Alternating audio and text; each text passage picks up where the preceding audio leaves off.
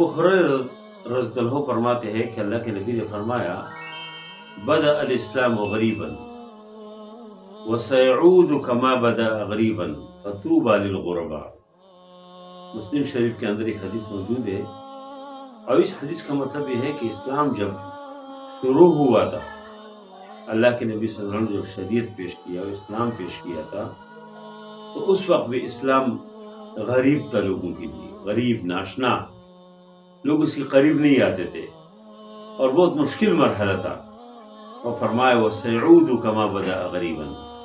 और फरमाया कि दोबारा भी इस्लाम गरीब हो जाएगा, नाशना हो जाएंगे लोग। और फरमाया कि उन हालत में जो लोग इस इस्लाम के साथ वाबस्ता हो, जब इस्लाम नाशना हो, इस्लाम गरीब हो, लोग इस्लाम के करीब नहीं आ रहे,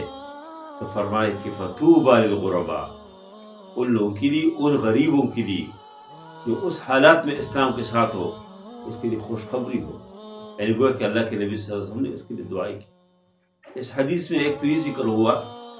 कि इब्तिदा में भी इस्लाम के ऊपर बहुत मसाइल आए, मुसलमानों के ऊपर बहुत मुश्किलात आए, और जब अल्लाह के नबी सल्लल्लाहु अलैहि वसल्लम ने नबूवत का ऐलान किया तो उस वक्त भी चंद लोग इस्लाम के साथ रहे, गरीब लोग, और उनको अल्लाह ने बहुत बुलंद वाला मकाम दिया और उनके ज़रिए से अल्लाह ने इस्लाम को फैलाया। अल्लाह ने दुनिया के कोने कोने तक अल्लाह ने इस्लाम को फैलाया। और दोबारा फिर नबी करीम सल्लल्लाहु अलैहि वसल्लम ने फरमाया कि दोबारा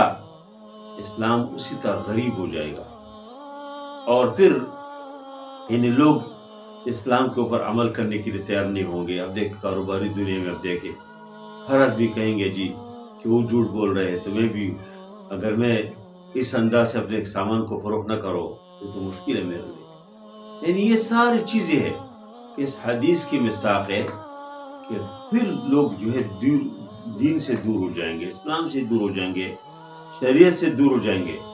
लेकिन अल्लाह के नबी ने फरमाया कि फतूबा लिल गुरबा, इस तरह के हालत में जो इस्लाम के साथ रहेंगे उनके लिए फरमाया कि उनके लिए खुशखबरी है, उनके लिए खैर है। वो है कि अल्लाह के नबी सल्लल्लाहु अलैहि वसल्लम ने एक किस्म उनके लिए दुआ की कि अल्लाह उन लोगों को खुश रखे, अल्लाह उसको बेहतर रखे, उसको खुशी की हालत में रखे। इससे जो लोग हर हालात में इस्लाम के साथ रहते हैं, वो जो कहते हैं ना, अल्लामा इकबाल ने जो फरमाया कि बहार हो कि खज़ा ला इलाहा इल्लल्लाह, जो भी हालत हो इस्लाम के साथ, ला इलाहा इल्लल्लाह मोहम्मद रसूलुल्लाह के साथ रहना, यह सब चीज़ें। मैंने एक बार ख्वाब देखा था, अल्लाह के नबी सल्लल्लाहु अलैहि वसल्लम को मैंने ख्वाब में देखा। आज मैंने तालिबात के साथ भी इस हदीस के पढ़ाते हुए मैंने जिक्र किया था। मैंने अल्लाह के नबी सल्लल्लाहु अलैहि वसल्लम को ख्वाब में देखा, एक बाजार है, उसमें मैं जा रहा हूँ, सड़क की दोनों तरफ दुकान है, गोया कि खेमे लगे हैं, दुकान जिस तरह दुकान होते इस तरह खेमे लगे हैं, और हर खेमे में लोग जा रहे हो, खरीदारी कर रहे हैं, और बड़े पैमाने पे हर खेमे में लोग मौजूद हैं। मैंने देखा खेमा बिल्कुल उसकी तरफ कोई नहीं है, तो मैंने पूछा कि किन का खेमा है। लोगों ने कहा कि ये मोहम्मद रसूलुल्लाह सल्लल्लाहु अलैहि वसल्लम का खेमा है, इधर अल्लाह के नबी सल्लल्लाहु अलैहि वसल्लम मौजूद है। मैंने दिल में कहा कि मैं अल्लाह के नबी के पास क्यों नहीं जाऊँ,